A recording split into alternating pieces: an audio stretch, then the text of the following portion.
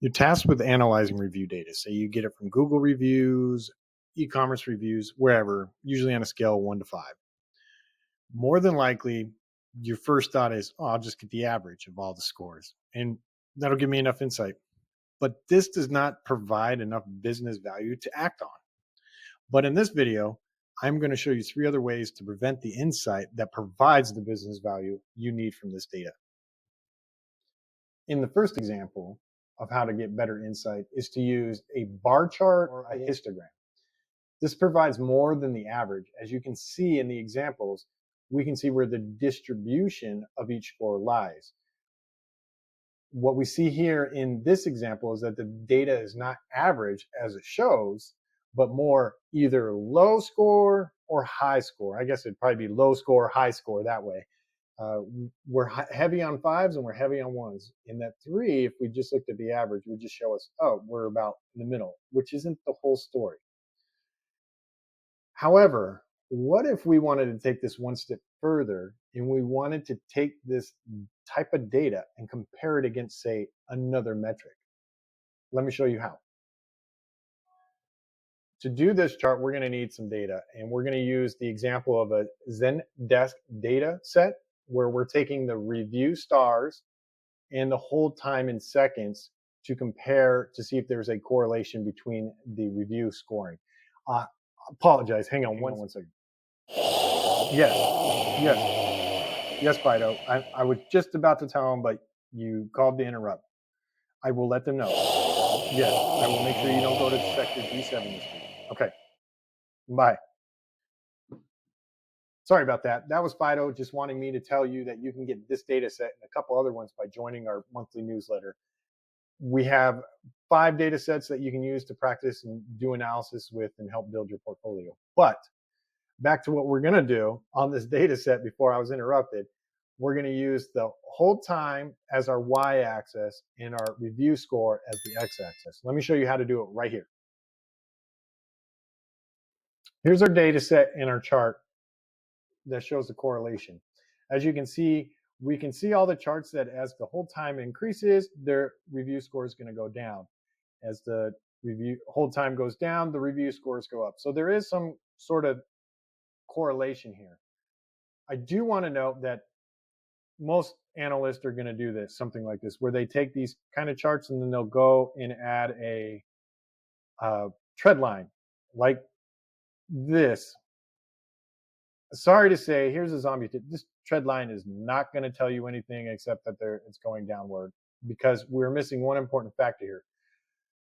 We are only seeing the dots over here. We do not see a density. I could not tell you how many of these review stars are in between 6 and 7. I don't know the density. That is one of the biggest errors with this chart, but there is a cool trick on how to turn this chart into what I call, and most people call, a jitter chart that'll help break up the density. And it's very, very simple. The idea behind this new chart, a jitter chart, is combining that bar chart that we had with the scatter plot. Think of it as a tube filling up with little bubbles that come up. So it's like holding a vial of bubbles, and that we can see the density. And this is how we build it. We are going to create 2 new columns. One's going to be called review jitter, and the second is going to be hold time jitter. And apologies for not showing my face. I had to edit this in post as some of the video got deleted.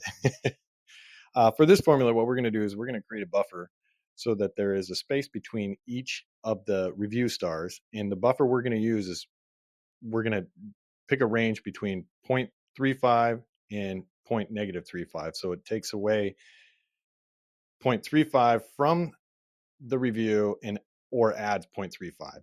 And the way we do that is we're going to use the RAND between formula as you see on screen, and we're going to pick a number between -35 and 35 and divide that by 100. Then we're going to add it to the review star. Doesn't change the data. It keeps it within the range. We're just adding and subtracting a range, giving it a range. So what you would call a jitter. And we're going to do the same for the whole time. So we drag it over. You can get away with not using a buffer on this one, but I put it there so you can kind of see the gaps in the density levels. And we're going to fill this all the way down. So I use the keyboard shortcut Shift Control down and then Control Enter on my Chromebook. I believe it's Apple Command and Windows Control. And now when we go over to the review, we double click on the chart and we're going to change the range from A, B to D and E, like you're seeing on the screen.